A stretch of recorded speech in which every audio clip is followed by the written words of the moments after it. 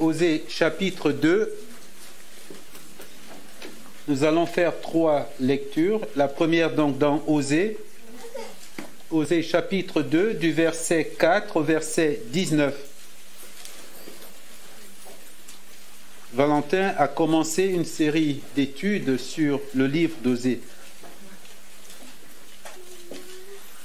Plaidez contre votre mère, car elle n'est point ma femme, et je ne suis point son mari. Qu'elle ôte de sa face ses prostitutions, et de son sein ses adultères. Sinon, je la dépouille à nu. Je la mets comme au jour de sa naissance. Je la rends semblable à un désert, à une terre aride, et je la fais mourir de soif. Et je n'aurai pas pitié de ses enfants, car ce sont des enfants de prostitution. Leur mère s'est prostituée, celle qui les a conçus s'est déshonorée, car elle a dit, j'irai vers mes amants, qui me donnent mon pain et mon eau, ma laine et mon lin, mon huile et ma boisson. C'est pourquoi, voici, je vais fermer son chemin avec des épines, et y élever un mur afin qu'elle ne trouve plus ses sentiers. Elle poursuivra ses amants et ne les atteindra pas. Elle les cherchera et ne les trouvera pas. Puis elle dira, j'irai et je retournerai vers mon premier mari, car alors j'étais plus heureuse que maintenant. Elle n'a pas reconnu que c'était moi qui lui donnais le blé, le mou et l'huile, et l'on a consacré au service de Baal l'argent et l'or que je lui prodiguais. C'est pourquoi je répandrai mon blé en son temps et mon mou dans sa maison, et j'enlèverai ma laine et mon lin qui devaient couvrir sa nudité. Et maintenant, je découvrirai sa honte aux yeux de ses amants, et nul ne la délivrera de ma main. Je ferai cesser toute sa joie, ses fêtes, ses nouvelles lunes, ses sabbats, et toutes ses solennités. Je ravagerai ses vignes et ses figuiers, dont elle disait, c'est le salaire que m'ont donné mes amants. Je les réduirai en une forêt, et les bêtes des champs les dévoreront. Jusqu'au verset 19, excusez-moi. Je la châtierai pour les jours, et elle encensait les Baals, et elle se parait de ses anneaux et de ses colliers. Allait vers ses amants et m'oubliait, dit l'Éternel.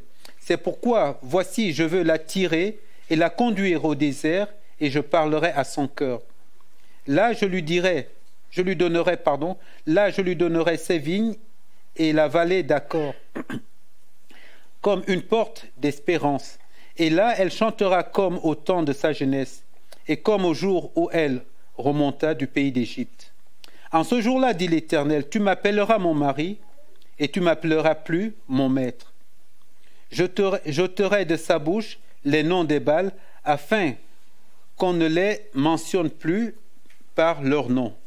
Jusqu'ici, la première lecture. La deuxième lecture, c'était dans le livre de Genèse, au chapitre 1. Genèse, au chapitre 1, nous lisons les 13 premiers versets. Genèse 1.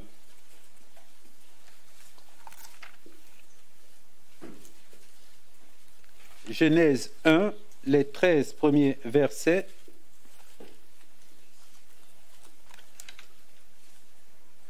Au commencement, Dieu créa les cieux et la terre. La terre était informe et vide, et il y avait des ténèbres à la surface de l'abîme, et l'Esprit de Dieu se mouvait au-dessus des eaux. Dieu dit que la lumière soit, et la lumière fut. Dieu vit que la lumière était bonne, et Dieu sépara la lumière d'avec les ténèbres. Dieu appela la lumière jour, et il appela les ténèbres nuit. Ainsi il y eut un soir, et il y eut un matin. Ce fut le premier jour.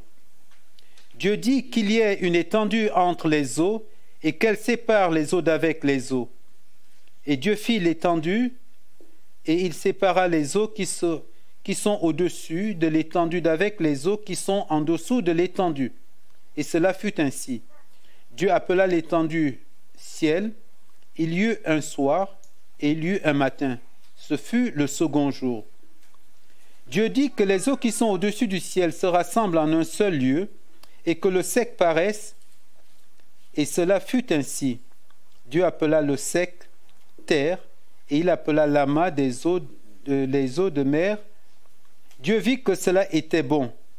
Puis il dit que la terre produise de la verdure, de l'herbe portant de la semence, des herbes fruitiers donnant du fruit selon leur espèce, et ayant en eux leur semence sur la terre. Et cela fut ainsi. La terre produisit de la verdure, de l'herbe portant de la semence selon son espèce, et des arbres donnant du fruit et ayant en eux leur semence selon leur espèce.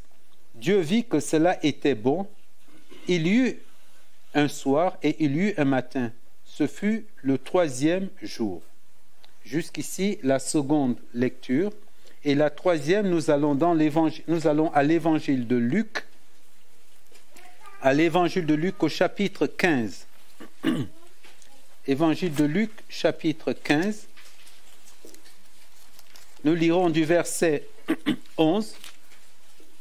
Évangile de Luc au chapitre 15. Nous lirons du verset 11 au verset 24. C'est la parabole du fils perdu. Il dit encore, un homme avait 2 fils. Le plus jeune dit à son père, « Mon père, donne-moi la part de bien qui doit me revenir. » Et le père leur partagea son bien. Peu de jours après, le plus jeune fils, ayant tout ramassé, partit pour un pays éloigné, où il dissipa son bien en vivant dans la débauche. Lorsqu'il eut tout dépensé, une grande famine survint dans ce pays, et il commença à se trouver dans le besoin. Il alla se mettre au service d'un des habitants du pays, qu'il envoya dans ses champs garder les pourceaux. Il aurait bien voulu se rassasier des carouges que mangeaient les pourceaux, mais personne ne lui en donnait. Étant rentré en lui-même, il dit, « Combien d'ouvriers chez mon père ont du pain en abondance, et moi, ici, je meurs de faim. Je me lèverai, j'irai vers mon père, et je lui dirai, « Mon père, j'ai péché contre le ciel et contre toi. Je ne suis plus digne d'être appelé ton fils. Traite-moi comme l'un de tes ouvriers. » Et il se leva et il alla vers son père. Comme il était encore loin, son père le vit et fut ému de compassion. Il courut se jeter à son cou et l'embrassa. Le fils lui dit, « Mon père, j'ai péché contre le ciel et contre toi. Je ne suis plus digne d'être appelé ton fils. » Mais le père dit à ses serviteurs, « Apportez vite la plus belle robe et revêtez-le. Mettez-lui un anneau au doigt et des souliers aux pieds. Amenez le veau gras, mangeons et réjouissons-nous. Car mon fils que voici était mort, il est revenu à la vie. Il était perdu et il est retrouvé. » Et ils commencèrent à se réjouir.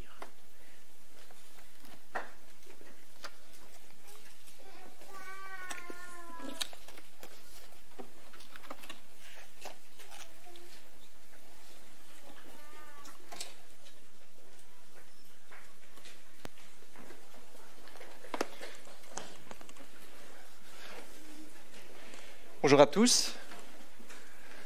C'est mon privilège de pouvoir apporter la parole une nouvelle fois ce matin. J'invite très vite les enfants à rejoindre leur classe d'école du dimanche. Je pense que ça recommence l'école du dimanche. Pensons également aux enfants. Alors je salue également ceux qui nous visitent pour la première fois, ou c'est peut-être pas la première fois, mais c'est peut-être la première fois que je vous vois. Soyez les bienvenus. Alors voilà, nous avons lu plusieurs textes et je vous invite à reprendre le texte de la prédication en Osée au chapitre 2. Alors après avoir lu ce texte en Osée, une question peut peut-être naturellement venir ici. Trouvez-vous parfois que Dieu est trop sévère dans ses paroles? Est-ce que c'est une pensée que vous avez peut-être déjà eue? Vous lisez ce texte en Osée, vous lisez l'Ancien Testament, certaines parties, et vous retrouvez des paroles difficiles à entendre, des paroles qu'on a vraiment du mal à imaginer, des paroles de jugement, des paroles de menace, des paroles de malédiction. Et parfois, ça peut nous conduire, malgré nous, à une conclusion. On pourrait se dire, mais il semble y avoir un décalage entre le Dieu de l'Ancien Testament et celui du Nouveau Testament. On voit Dieu dans l'Ancien Testament qui semble toujours en colère, fâché. Et dans le Nouveau Testament, Dieu semble plein d'amour, plein de compassion, plein de compréhension pour son peuple. Alors si ça n'a pas été votre raisonnement, ça a été celui d'un certain Marcion. Marcion né au IIe siècle. Alors qu'a fait ce Marcion? Eh bien, il a considéré, même conclusion que lorsqu'on peut lire parfois la parole, que le Dieu de l'Ancien Testament ne semble pas être le même que celui du Nouveau. Qu'est-ce qu'il a fait? Il a simplement retiré tout passage qui parle de la colère de Dieu et de son jugement. Ainsi, il a retiré tout l'Ancien Testament et certains passages du Nouveau Testament. Alors, je ne vous conseille pas de faire ça, parce que c'est une hérésie qui a été condamnée par les églises des premiers siècles. Mais parfois, nous pouvons avoir ce genre de réflexe, n'est-ce pas? Nous dire, mais enfin, quand on voit le verset 5 ici, c'est terrible. Quand on se rappelle, ceux qui étaient là lors de la dernière prédication, les 3 présages, les 3 enfants de Gomère, quel présage terrible pour le peuple d'Israël. Est-ce qu'ils méritent réellement un tel jugement? Et c'est ce qu'on aura l'occasion de voir ensemble ce matin. Qu'est-ce qui se cache derrière tout cela, derrière ces jugements? Le mécanisme que Dieu met en place lorsqu'il prononce de tels actes. Alors j'ai appelé cette prédication « La pédagogie de Dieu, tout ce dont nous avons besoin ». C'est ce qu'on va voir ensemble. Alors juste une petite remarque, ceux qui suivent avec le questionnaire, j'ai fait une petite erreur, enfin en fait j'en ai pas fait du tout, mais j'ai oublié de retirer dans les textes à trous les réponses en fait. Donc à un moment donné, il y a plusieurs choses, comme là maintenant ça va apparaître, mais voilà, ne cherchez pas, en fait j'ai juste oublié d'enlever certains mots. Mais voilà, c'est bonus, c'est cadeau. Donc nous sommes toujours dans la prophétie d'Osée, prophétie où Osée accuse le peuple d'Israël, le royaume nord particulièrement, représenté par Gomère au chapitre 1 de cette prophétie, d'avoir été infidèle à Dieu, d'avoir été vers d'autres dieux. Elle est accusée donc de prostitution. C'est ce que représentait l'infidélité du peuple envers l'Éternel. Et ça représentait donc cela par un mariage qui ne semble au final pas très heureux. Et nous verrons aujourd'hui un peu plus pourquoi le peuple, ou Gomère, a-t-il agi comme cela envers son mari qui l'aimait, Dieu qui aimait son peuple, ou Osée qui aimait son épouse. Comment le peuple a-t-il pu faire cela? Et nous verrons premièrement que les motivations d'un cœur corrompu nous amènent toujours plus loin de Dieu. Les motivations de notre cœur corrompu nous amène toujours plus loin de Dieu.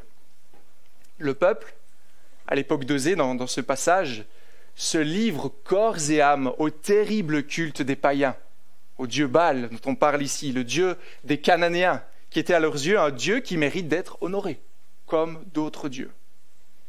Et notre question à ce stade, c'est pourquoi font-ils cela alors qu'ils ont les paroles de l'Éternel, alors qu'ils sont censés connaître qui est l'Éternel, Yahweh, le seul Dieu de l'univers. Et je voudrais voir avec vous 3 attitudes qui découlent de leur cœur corrompu et qui les conduisent en fait toujours plus loin de Dieu. Pourquoi ce peuple pêche-t-il? Car ils ont une mauvaise compréhension de qui est Dieu. Une mauvaise compréhension. Voyez ici, avec moi dans ce texte, chapitre 2, au verset 7 et au verset 14, les paroles mêmes du peuple en fait, l'attitude même du peuple. Elle a dit, à la moitié du verset 7, « J'irai après mes amants qui me donnent mon pain, mon eau, ma laine, mon lin, mon huile et ma boisson. » Voilà ce que dit le peuple. Que dit-il encore, verset 14 ? Elle disait, « C'est le salaire que m'ont donné mes amants. » Quel était-il ? Les vignes et les figuiers. C'est le salaire que lui ont donné ses amants. C'est le salaire qui provient de ces faux dieux devant lesquels le peuple se prosterne. Mais qui est celui qui est l'auteur de tout cela? L'eau, la laine, le lin, l'huile, les vignes, les figuiers, tout ce dont on a besoin pour vivre. On a fait une longue lecture dans Genèse. Vous avez la réponse, n'est-ce pas? voyez, en répondant à cette question ici, on voit le problème du peuple.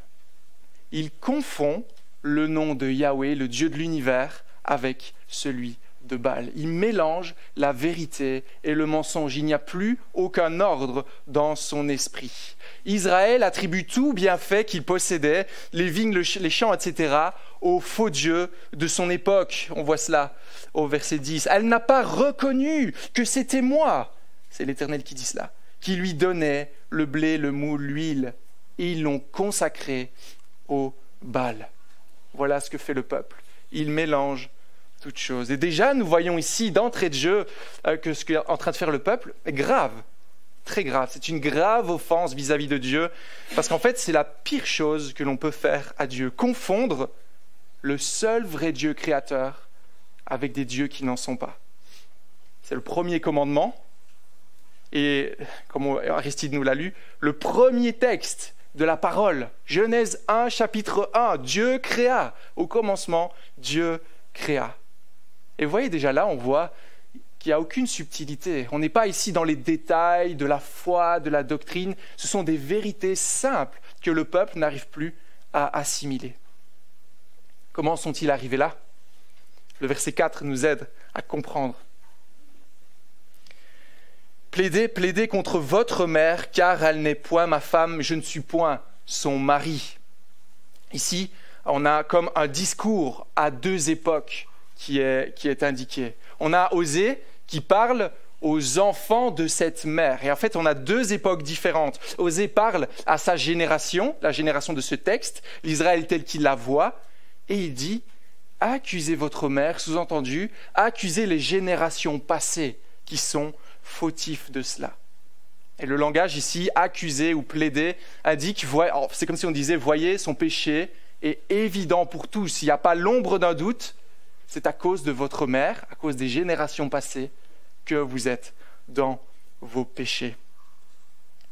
Donc cette attitude de se tourner vers les Baals est apparue de manière croissante depuis une époque antérieure à l'époque à laquelle Osée prophétise. Alors, si on a un peu de connaissance de l'Ancien Testament, on sait qu'à de nombreuses reprises, on a peut-être l'épisode du veau d'or en tête. Tout de suite après que les 10 commandements ont été écrits, le peuple se prosterne devant de faux dieux.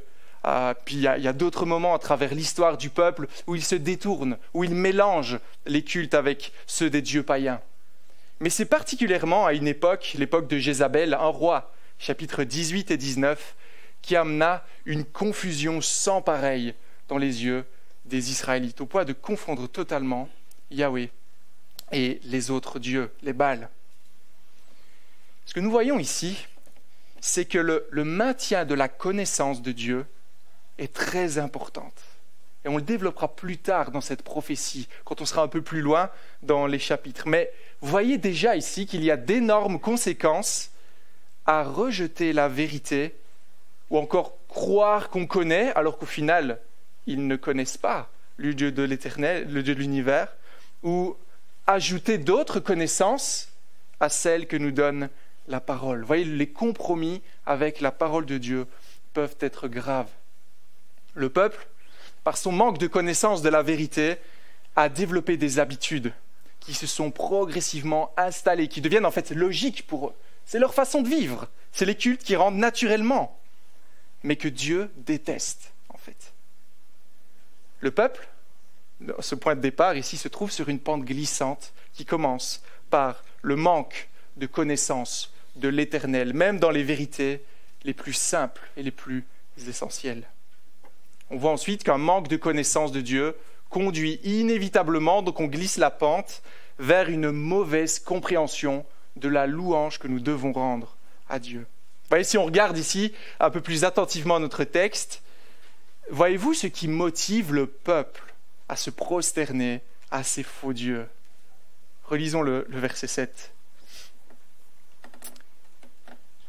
Elle a dit, « J'irai après mes amants, pourquoi ? Qui me donnent mon pain, mon eau, ma laine, mon lin, mon huile, ma boisson. » Le pain, l'eau, la laine, l'huile, voici la motivation profonde. Voyez-vous ici maintenant ce qui motive ce peuple pour rendre un culte à ces faux dieux, c'est uniquement leurs propres besoins. Elle ne va vers ces dieux que pour les avantages qu'elle peut en retirer, ses envies. Et elle est prête à tout pour obtenir cela. Peut-être d'une manière un peu crue, ce texte ici nous parle à la fin du verset 14 du salaire de la prostitution. Voilà ce qui intéresse Gomère. Voilà ce qui intéresse le peuple. Je vais vers ces faux dieux. Je vais vers mes amants, non pas parce que je les apprécie, je les aime, mais uniquement pour recevoir en retour. C'est ça qui m'intéresse. C'est un peu comme si vous aviez une grande soif et que vous aviez ce distributeur de boissons. Vous arrivez devant, vous regardez ce qui vous intéresse, quelle boisson, Fanta, Coca, ok, ou de l'eau plate. Et puis là, pour avoir cette boisson, qu'est-ce que vous faites ? Vous faites le rituel pour obtenir cette boisson. Vous prenez une pièce de monnaie, vous la mettez, vous faites le code qui correspond, la bouteille tombe. Mais qu'arrive-t-il après ? Qu'arrive-t-il ? Est-ce que lorsque l'on reçoit sa boisson, on va rester éternellement reconnaissant envers ce distributeur ? Non, bien sûr. On prend, on s'en va et on le laisse de côté. Bien, c'est exactement ce qui se passait ici. Le peuple allait vers ces faux dieux pour ce que ça leur apportait. C'est une louange facile, une louange dépourvue de profondeur qui découle de mauvaises motivations et initialement d'un manque de connaissance de qui est Dieu, un manque de crainte de l'Éternel. Ils ne se rendent plus compte qu'ils ont affaire au Créateur de l'univers, à leur Créateur. Fais ce rituel, la pluie viendra. Fais cela, le blé poussera. Super, faisons cela, peu importe ce qui peut arriver. L'essentiel, c'est que j'ai ce qui m'intéresse, ce dont j'ai besoin. Voilà l'état d'esprit du peuple ici, du royaume nord d'Israël. Et c'est une mauvaise habitude, une mauvaise école pour ce peuple. Parce que ça, premièrement, ça les éloigne de la vérité, mais ça les pousse à croire que Dieu fonctionne en fait comme cela. Et ils ne peuvent plus donc rendre la louange appropriée au Dieu de l'univers. Ils ne peuvent plus avoir un attachement profond à l'Éternel. Ils réduisent, ici dans ce texte, le Créateur du monde à un petit Dieu sans valeur, similaire à ce qu'ils connaissent en fait dans leur culture. À votre avis, quelles peuvent être les conséquences ou le coût de telles décisions ? Une mauvaise compréhension de Dieu nous fait glisser vers une mauvaise louange qui nous conduira inévitablement vers l'oubli pur et simple du Créateur du monde. Voyez le résultat ici de l'attitude du peuple, de son péché, à la fin du verset 15. Elle allait après ses amants et m'oubliait, dit l'Éternel. Le peuple qui était peuple de Dieu, on se rappelle, peuple choisi par Dieu, celui qui a été sorti du désert, sorti de l'Égypte plutôt, conduit dans le désert, etc., oublie simplement son Dieu et se détourne vers d'autres. Ce qui ne paraissait être qu'une erreur peut-être de départ, peut-être même une erreur qui semblait évidente, peut-être qu'on pourrait rectifier par la suite, eh bien ici, les conduit à complètement inverser la tendance, complètement inverser la vapeur. On attribue les hauts faits de Dieu à des dieux qui n'en sont pas. Mais l'Éternel, on le range à un point tellement bas qu'on l'oublie, on finit par l'oublier. Alors je vais me risquer à une illustration. Je ne sais pas si vous connaissez, si vous avez déjà vu le film Pirates des Caraïbes. Pirates des Caraïbes. Dans ce film, ce sont voilà, comme vous comprenez, des pirates qui recherchent des trésors, en majorité, pour faire très simple. Et un des personnages principaux, pour trouver les trésors qui l'intéressent, a un instrument. Il a un compas, une boussole en fait. Mais une boussole qui n'indique pas le nord, mais ce que son cœur désire le plus au monde. Et c'est la question qu'il doit se poser à chaque fois qu'il ouvre cette boussole. Qu'est-ce que je désire le plus au monde ? Cette boussole indique la direction, le cap à prendre. Alors pourquoi utiliser cette illustration ? Parce que c'est exactement ce qui est en train de se passer ici. Si vous étiez là la semaine dernière avec la prédication d'Olivier, vous vous rappelez qu'il nous a parlé de cette fameuse boussole doctrinale pour faire face aux faux enseignements et aux hérésies. Voici un exemple de personnes qui n'utilisent pas cette boussole doctrinale, mais préfèrent suivre la boussole des désirs de leur cœur. Il ouvre, qu'est-ce que je désire? Et la boussole indique une direction. Mais une direction, en fait, qui les conduit toujours plus loin du Dieu éternel, du Dieu de l'univers. Et nous possédons tous, en fait, une boussole comme celle-là, même si nous ne le savons pas, en fait.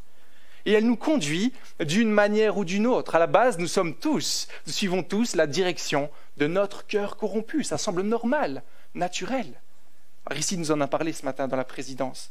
Parfois, nous péchons, mais nous ne savons même pas. Ça semble normal, logique, et nous nous éloignons de Dieu toujours plus loin. Nous ne voyons pas l'intérêt de le reconnaître comme le roi éternel. Pour les Israélites, ça les a conduits à minimiser peut-être la connaissance de Dieu, à aller vers leurs propres intérêts, suivre leurs propres motivations. Et les désirs de notre cœur corrompu agiront de même. Nous éloignerons toujours plus loin de Dieu. Et à confondre, en fait, ce qui est tellement évident. Alors la question pour nous sera, allons-nous suivre cette boussole ou pas? Allons-nous la suivre? Que désirez-vous le plus au monde? Que désirez-vous le plus au monde? La paix, le bonheur, la sécurité, tant d'autres choses, ou la gloire de Dieu? La gloire de Dieu.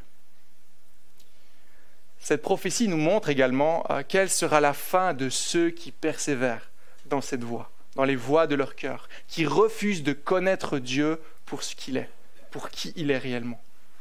Et on l'a déjà vu, n'est-ce pas, à plusieurs reprises dans cette prophétie, tous ceux qui s'opposent à Dieu, tous ceux qui rejettent la connaissance de Dieu sont coupables de péché envers lui, sont infidèles à sa grandeur, à sa majesté, et méritent donc un jugement de sa part. C'est ce que nous dit la parole.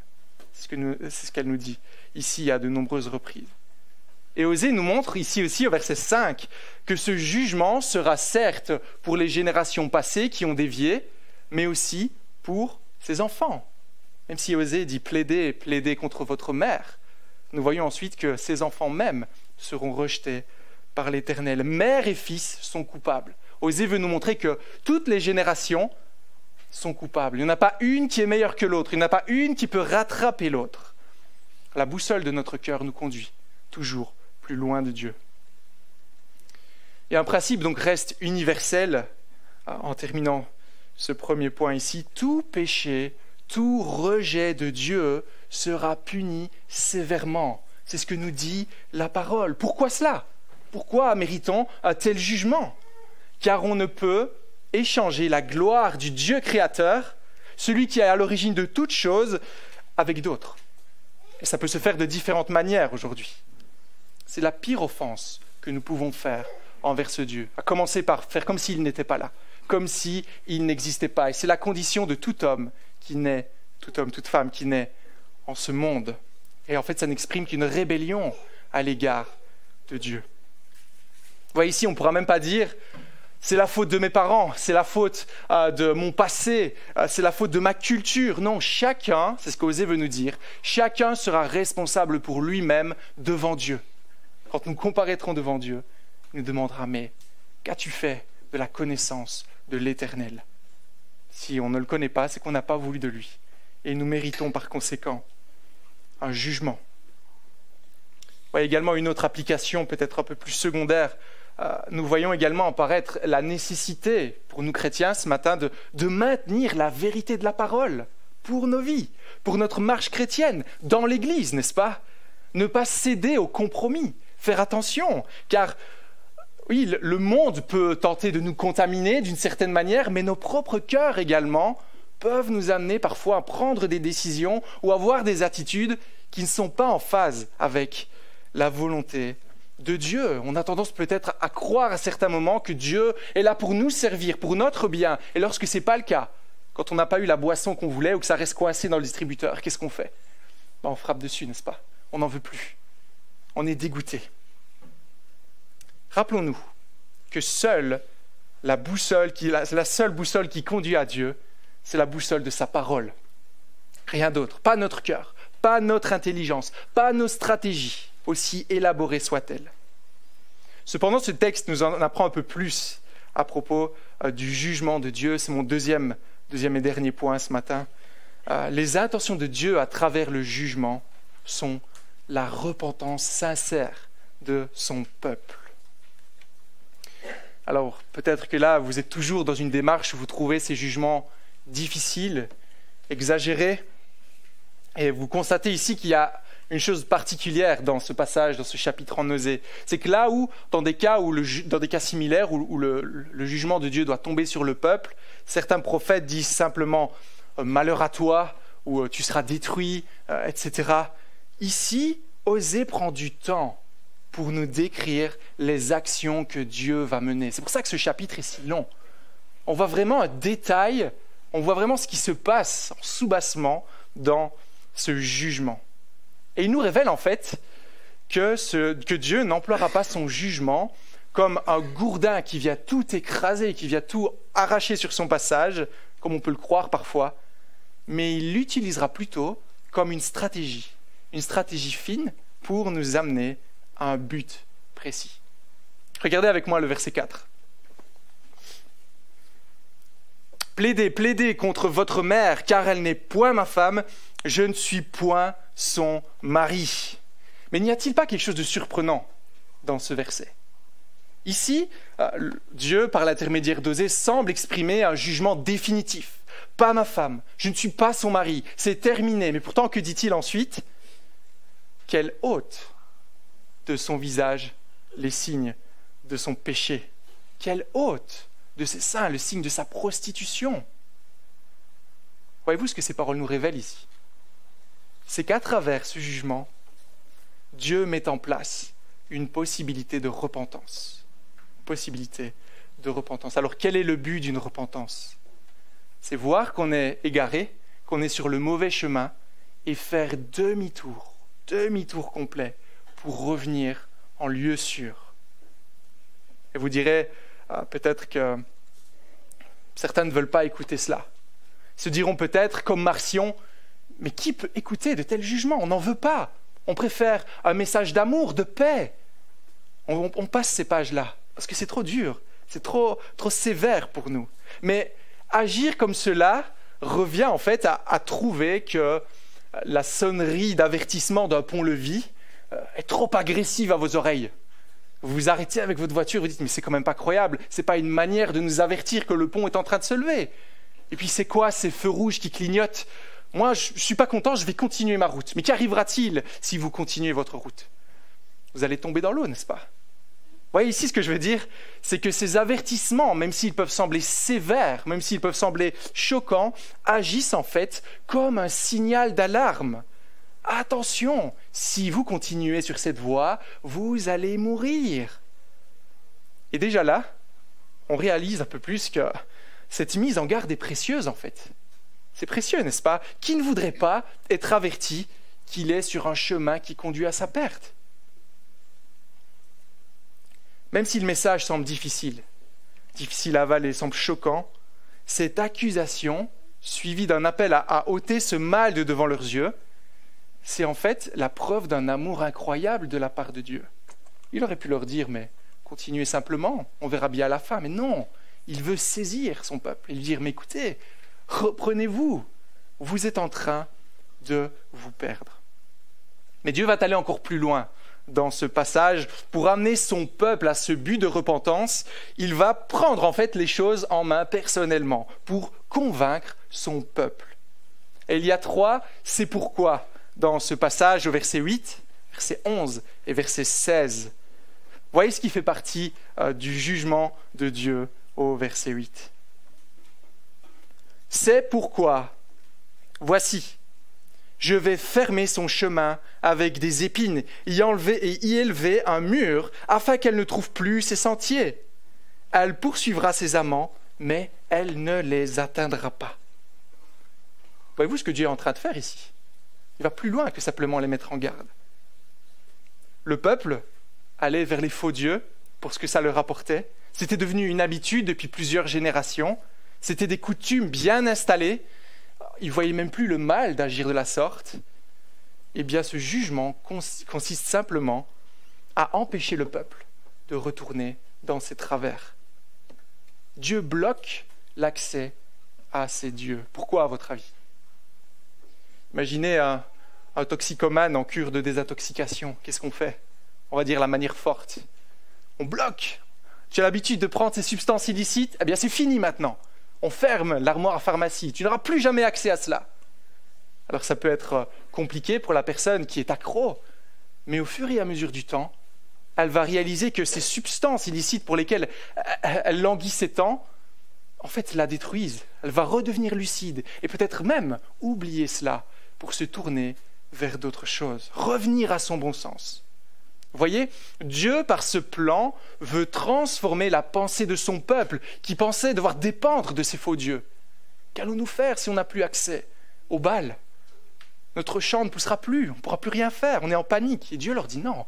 D'ailleurs, vous ne pourrez plus y accéder. C'est la manière forte que Dieu utilise ici. Ensuite, il continue d'essayer de les convaincre de se repentir en leur donnant une vision juste de qui il est. C'est très important ça. On se rappelle, le peuple mélangeait tout. Il mélangeait tout. Tout ce qu'il pensait que la nourriture, l'eau, les biens nécessaires à la vie venaient des Baals. Eh bien, Dieu va les convaincre que non. À travers son jugement, il va leur montrer que c'est lui qui est maître sur cela, que c'est lui qui donne cela, de qui tout provient. Voyez le verset 11, ici avec moi. C'est pourquoi, deuxième c'est pourquoi, je reprendrai mon blé en son temps, mon mou en sa saison. J'enlèverai ma laine, mon lin qui devait couvrir sa nudité. Voyez ici ce que Dieu veut leur montrer. Vous voyez tous les pronoms possessifs ici. Tout cela appartient à l'Éternel. Dieu veut leur montrer à son peuple, en le privant de tout bien matériel, et même au verset 13, de sa propre joie, de sa joie de vivre, que tout vient de lui. Tout ce qu'ils possèdent, y compris leur joie, et que par conséquent, leur compréhension est faussée. Ah, ce n'est pas ces dieux-là qui me donnent cela, en fait, c'est quelqu'un d'autre. Vous voyez, le raisonnement, c'est un peu comme de dire, ok, tu loues Baal pour ce qu'il te donne, tu participes à ce culte de la fertilité, eh bien allons voir si ça a fonctionné. On va voir ton champ, et là on se rend compte, tiens, tout est dévasté, il n'y a plus rien. Le texte nous dit même que les animaux sauvages viennent dévorer ce qui reste. Qui est-ce qui a fait cela ? C'est Dieu qui leur a permis cela.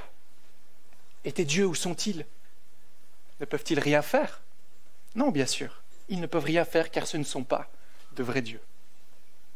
Dieu veut leur montrer également que lui seul mérite d'être craint. Et le verset 12 nous montre que Dieu va les plonger dans un désarroi par sa propre main pour qu'ils réalisent que c'est lui qui mérite d'être craint, qu'ils se sont trompés et qu'ils reviennent à lui. Voyez-vous le but de tout cela ? La fin du verset 9 nous le dit ici. Elle poursuivra ses amants et ne les atteindra pas. Elle les cherchera et ne les trouvera pas. Puis elle dira, j'irai et je retournerai vers mon premier mari, car alors j'étais plus heureuse que maintenant. Voilà là où Dieu veut les amener par sa pédagogie divine. Voici une pédagogie pas forcément toujours agréable, mais ô combien nécessaire pour revenir à la raison, revenir à la réalité de nos vies. Être convaincu que Dieu seul est à l'origine de tout cela. Reconnaissez à nouveau que si lors d'une première lecture de ces jugements, on pouvait être un peu peut-être fâché avec ce texte en se disant « mais Dieu est trop sévère », vous voyez ici à quel point Dieu veut prendre en fait soin de son peuple, à quel point il veut montrer son amour par ce jugement, à quel point il les prend même par la main pour les aider à réaliser leur misère. Il y a une bonne stratégie d'ailleurs à adopter ici, lorsque l'on parle du Seigneur à des personnes qui ne le connaissent pas. Dire, mais écoute, dans quoi est-ce que tu places ta confiance aujourd'hui ? Est-ce dans ton travail, dans le gouvernement, dans tes amitiés ? Mais vois à quel point c'est instable. Vois que le seul à qui ta louange doit revenir est Dieu. Reviens à son bon sens. Je ne suis pas en train de dire que ce sont de mauvaises choses, mais certaines personnes en font des idoles, en font des dieux. Je ne peux pas vivre sans ça. Non. Ta seule louange doit revenir au Dieu de l'univers. Ça peut nous aider à montrer aux personnes, à réaliser leurs erreurs. Tu te détruis en faisant ça. Il faut que tu arrêtes cette pratique ou celle-ci. Reviens à Dieu, car c'est lui, le créateur du monde. Voyez également pourquoi la discipline, même dans l'Église, est tellement nécessaire. Ça permet de dire à un frère, peut-être qui vit d'une manière qui déplaise à Dieu, mon frère, il me semble que tu t'éloignes, que tu suis les désirs de ton cœur, pécheur. et que tu commences à perdre la connaissance de Dieu. Vous voyez, c'est une protection, un garde-fou. Attention, reviens à lui, arrête ça, arrête cette pratique, repens-toi, reviens à Dieu. Mais il reste encore un élément essentiel que nous ne devons négliger en aucun cas. La réaction du peuple ici à la fin du verset 9 ne vous fait-elle pas penser à quelque chose? Un autre passage bien connu des Écritures, que Jésus lui-même a raconté. Alors si vous avez suivi depuis le début, vous saurez que nous parlons de la parabole du fils prodigue qu'Aristide a lu. On se rappelle que s'est-il passé pour ce fils? Après avoir tout plaqué, oui, je peux dire ça, tout laissé de côté, après avoir pris son héritage, c'est-à-dire avoir considéré son père comme mort, après avoir dit « Père, moi je ne veux pas de toi », il a suivi les boussoles de son propre cœur, il est allé vers tout ce que son cœur désirait, toute la débauche, et ça l'a conduit à se détruire totalement et à arriver au plus bas. Il s'est retrouvé au plus profond de son péché, et lorsqu'il était dans la boue à manger avec les cochons, il s'est dit « Tiens, combien d'employés chez mon père ont du pain alors que moi ici je meurs de faim. Je vais partir chez mon père, je lui dirai « Père, j'ai péché contre le ciel et envers toi, je ne suis plus digne d'être appelé ton fils, traite-moi comme l'un de tes employés. » Luc chapitre 15, versets 18 et 19. Voici une situation qui, dans ce cas, conduit le fils à une repentance, n'est-ce pas? La question peut-être que vous vous posez, pourquoi est-ce que je fais ce parallèle ici? Car dans cette parabole, comme dans notre prophétie, une question peut venir à nos esprits. Quand on voit le passé de ce fils prodigue, le passé du peuple, ce qu'il pratiquait, on pourrait se demander, mais est-ce que le fils revient uniquement pour les avantages que lui donne son père? Ou est-ce réellement sincère? Est-ce qu'il voit réellement son erreur? Ou est-ce qu'il est juste opportuniste en fait? Veut-il de nouveau sauver ses propres intérêts? Ouais, la même réflexion peut être faite ici. Vous voyez le danger, le peuple avait l'habitude de ces dieux distributeurs. On va vers ces dieux avec, vous vous rappelez, une louange pas du tout appropriée au Dieu de l'univers. Pourquoi en serait-il autrement? Maintenant qu'ils sont dans la misère, il serait simple de retourner à Dieu et de dire « Seigneur, donne-nous, j'ai pris mon ticket, maintenant c'est mon tour, donne-moi ce que j'ai droit. » Est-ce que tout cela va suffire? Est-ce que cette stratégie de départ permettra au peuple de revenir d'une manière entière, définitive, ou le peuple va-t-il entretenir ses mauvaises habitudes de louange? Vous voyez, si on s'arrête là, on pourrait comprendre beaucoup de bonnes choses à propos de Dieu. Sa justice, sa sainteté, notre péché. On pourrait même trouver une bonne stratégie contre le mal. On pourrait même essayer plusieurs méthodes pour devenir meilleur. Mais le plan de Dieu ne s'arrête pas là, et heureusement, car ce serait insuffisant. Nous connaissons tous la fin de la parabole en Luc 15. Le père qui voit son fils arriver, avec des guenilles, tout sale, qu'est-ce qu'il fait? Il court vers son fils. Et nous savons, n'est-ce pas, que c'était un acte honteux pour un homme honorable de faire cela, lever sa robe, courir pour aller voir son fils. Que fait-il? À peine il écoute ces paroles, il lui dit « Mais viens, on lui met un anneau au doigt, une nouvelle tunique, on lui met des nouvelles chaussures, on fait la grande fête, car mon fils qui était mort est revenu à la vie. » Voilà comment le Père montre son amour envers ce fils. Maintenant, pour notre prophétie, voyez ce que Dieu s'apprête à faire. C'est le verset 16. « C'est pourquoi, voici, je veux l'attirer et la conduire au désert, et je parlerai à son cœur. » Je parlerai à son cœur. Que fait Dieu ici? Il va encore plus loin, car il sait ce dont son peuple a besoin pour avoir une repentance sincère. Il va séduire son peuple. Il dit, ce qu'il vous faut, c'est un changement de cœur qui ne viendra qu'en entendant les paroles d'amour de Dieu. Voilà le seul moyen de revenir pleinement à lui. C'est en écoutant son amour, sa bonté, sa miséricorde. Et voilà, peut-être que, même si ça semble encore un peu obscur, la suite de ce passage, on le verra la semaine prochaine ensemble. Mais je vous invite juste à me faire confiance jusque-là et à voir qu'en fait, toutes les malédictions vont s'inverser en fait par ce troisième. C'est pourquoi. Mais ce qui est essentiel pour nous ce matin, ce qu'il faut comprendre, c'est que pour avoir un vrai retour à Dieu, un retour sincère auprès de lui, nous avons besoin de connaître son amour. Je vous invite à prendre Romains chapitre 5, verset 9. Romains chapitre 5, verset 9.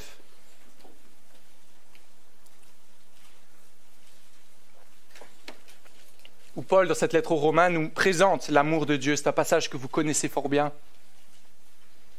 mais un passage qui fait tellement de bien. Je lis au verset 8. « Or, voici comment Dieu, lui, met en évidence son amour pour nous. Le Christ est mort pour nous, alors que nous étions encore pécheurs. À bien plus forte raison maintenant que nous sommes justifiés par son sang, serons-nous donc sauvés de la colère par son entremise. » On se rappelle de la colère du chapitre 1. Voilà comment nous sommes sauvés. « Car si lorsque nous étions ennemis, nous avons été réconciliés avec Dieu au moyen de la mort de son Fils, à bien plus forte raison, une fois réconciliés, serons-nous sauvés par sa vie. Et donc, bien plus, nous mettons notre fierté en Dieu par notre Seigneur Jésus-Christ, par qui maintenant nous avons obtenu la réconciliation. » Voyez-vous d'où provient une réelle repentance? Dire « je prends conscience que j'ai mal agi, je prends conscience que je suis mauvais, que j'ai péché », même changer d'attitude, ce ne sera pas forcément suffisant. Vous voyez, ça peut conduire à un moralisme. On peut dire « tu fais cela, mais ce n'est pas une bonne chose, change d'attitude, sinon tu vas te détruire ou détruire ceux qui sont autour de toi ». On peut même vivre sa foi avec une suite de règles. Je ne peux pas faire ça, je ne peux pas faire ça, je ne peux pas faire ça, et je m'efforce. Même les gens qui ne connaissent pas le Seigneur peuvent parfois avoir ces élans de demander pardon, reconnaître qu'ils ont mal agi, se repentir d'une certaine manière. Dans d'autres religions, on voit cela également. La repentance, n'est-ce pas? Mais quelle est la différence ici? La repentance que cherche Dieu et qui est bien plus profonde, c'est qu'il faut accepter que nous avons besoin de l'amour de Dieu manifesté en Christ. C'est sa grâce que nous avons besoin. C'est le seul moyen de pouvoir revenir à lui pleinement et le glorifier pleinement. Non pas juste pour avoir le ticket qui nous permet d'aller au paradis, non pas juste pour recevoir des bénédictions, mais pour le louer d'un cœur entier. C'est en nous rappelant l'œuvre de Christ à la croix, n'est-ce pas? C'est l'Évangile. En se rappelant que Dieu, dans son amour, nous a envoyé Jésus-Christ sur cette terre, mourir à la croix, là où cet échange merveilleux se produit. Lui qui était parfait, qui prend sur lui notre condamnation, notre péché. C'est ça que nous devons avoir devant les yeux. C'est la seule motivation suffisamment puissante qui nous poussera à vivre pour sa gloire. Voici la pédagogie de Dieu dans son entièreté pour nous conduire à le suivre lui et non plus ces boussoles faussées de nos cœurs, à réaliser à quel point nous nous sommes trompés en suivant les voies de nos propres cœurs. Et voyez-vous pourquoi tout ce processus est tellement nécessaire, tellement important. C'est le seul chemin qui conduit à une réelle repentance. Et Paul, dans la première lettre aux Corinthiens, chapitre 7, marque la différence. Il nous dit, il y a une tristesse selon le monde et une tristesse selon Dieu. Quelle est la différence? Il y en a une qui mène à Dieu, tandis que l'autre ne conduit pas à Dieu. Une permet de voir l'amour de Dieu, sa grandeur et de pouvoir lui donner notre vie. L'autre sera juste pour une auto-justification ou pour notre propre avantage, pour qu'on nous voit peut-être un peu moins mauvais ou qu'on ait de bonnes relations. Mais ce n'est pas ça que Dieu cherche. Alors bien sûr, même en tant que chrétien encore aujourd'hui, il peut nous arriver de reprendre ces mauvais pas et de nous éloigner de Dieu. Alors bien sûr, il faudra nous rappeler de ces trois, c'est pourquoi. Il faudra nous rappeler des conséquences de notre péché, mettre peut-être des barrières, peut-être même physiques, pour nous empêcher d'aller vers ce péché. Bien sûr, avoir des stratégies face à cela, mais surtout, il ne faudra pas oublier de garder nos yeux fixés sur Jésus. C'est l'essentiel pour rester attaché à Dieu. Voilà le seul moyen de pouvoir ôter de son visage les signes de son péché, de manière durable, de manière efficace, en profondeur, revenir pleinement à Dieu de la manière qui lui plaît. Et reconnaissons ici, dans un texte qui au premier abord peut sembler tellement obscur, que c'est tellement d'actualité encore aujourd'hui. C'est un problème qui nous concerne tous, l'échange de la gloire de Dieu. Pour aller plus loin dans les applications, on le fera peut-être dans la suite de cette prophétie. On n'imagine pas à quel point on a une faculté à remplacer Dieu par d'autres choses, d'autres éléments. Mais sachez que tous les avertissements de cette prophétie sont toujours d'actualité pour nous aujourd'hui. Il y a un niveau même bien plus grand. La Bible nous met toujours en garde, Romains chapitre 1, verset 1, que si nous échangeons la gloire de Dieu envers d'autres, eh bien, nous méritons un jugement éternel. Le Dieu de l'Ancien Testament et du Nouveau Testament sont le même Dieu. Et le principe est toujours là. Jean 3,36 nous dit « Celui qui met sa foi dans le Fils a la vie éternelle, mais celui qui refuse d'y obéir ne verra pas la vie, mais la colère de Dieu demeure sur lui. » Voilà la réalité de tous ceux qui rejettent la gloire de Dieu. Mais il existe une solution à travers l'amour de Dieu, à travers ce jugement. Ce jugement imminent veut donc nous interpeller encore aujourd'hui. Donc si peut-être tout cela est nouveau pour vous, je ne connais pas chacun ici présent, peut-être quand même la majorité, si cela est nouveau, si peut-être vous n'avez jamais réfléchi à la réalité de votre éternité, c'est peut-être le moment de le faire, de voir ce signal d'alarme qui est pour chaque être humain. On ne pourra pas dire « c'est pas de ma faute, j'ai pas fait exprès, je n'ai pas voulu », on sera tous responsables devant Dieu. Et que nous puissions voir qu'un salut à travers ce jugement reste possible. La parole veut nous interpeller encore aujourd'hui. Voici le seul salut de Dieu. C'est en réalisant l'amour de Christ. L'amour de Dieu en Christ plutôt. Et pour nous chrétiens, que nous puissions être réjouis en terminant d'être au bénéfice de la grâce de Dieu. Soyons reconnaissants qu'il nous ait ouvert les yeux à un moment donné, qu'il nous ait corrigés et qu'il nous ait montré sa grâce. Et je voudrais vous inviter, pour mon application, à vous laisser exposer aux histoires de l'Ancien Testament, à toutes ces histoires qui sont parfois tellement difficiles à comprendre. On voit la sévérité de Dieu face au péché. Laissez-vous choquer par cela. Parfois, on peut avoir les mêmes attitudes que Marcion, mettre cela de côté en disant « Ouais, bon là, on va passer parce que moi, je ne peux pas lire ça. » Mais justement, laissons-nous choquer par cela, car cela nous montre la laideur du péché. Et ces textes parfois tellement difficiles, là où le peuple d'Israël a été des exemples à certains moments, est là pour nous montrer ce qui aurait dû être notre destinée si nous avions persévéré dans notre péché. Voyons là où on aurait été une perdition éternelle si Dieu ne nous avait pas donné son amour. Voir le péché pour ce qu'il est, un poison mortel, et que nous nous attachions toujours plus à Dieu. Ces textes sont là pour ça, pour nous rappeler la laideur du péché. Et en faisant cela, ça nous donnera toujours une plus grande profondeur de l'amour de Dieu. Quand on réalise la noirceur du péché, de voir à quel point sa grâce a surabondé, ça va nous réjouir d'autant plus. Et ça nous permettra de ne pas banaliser la grâce de Dieu, que ça devienne une routine sans saveur, juste que nous avons, parce que nous sommes chrétiens. Dieu m'a sauvé un jour. Mais on réalisera toujours plus, on se rappellera ce que nous devions normalement être et la grâce imméritée de Dieu envers nous. Faisons cela afin de contempler l'amour de Dieu et que sa grâce et son amour soient le moteur qui nous pousse à vivre pour sa gloire. Et je vais m'arrêter là pour ce passage. Amen.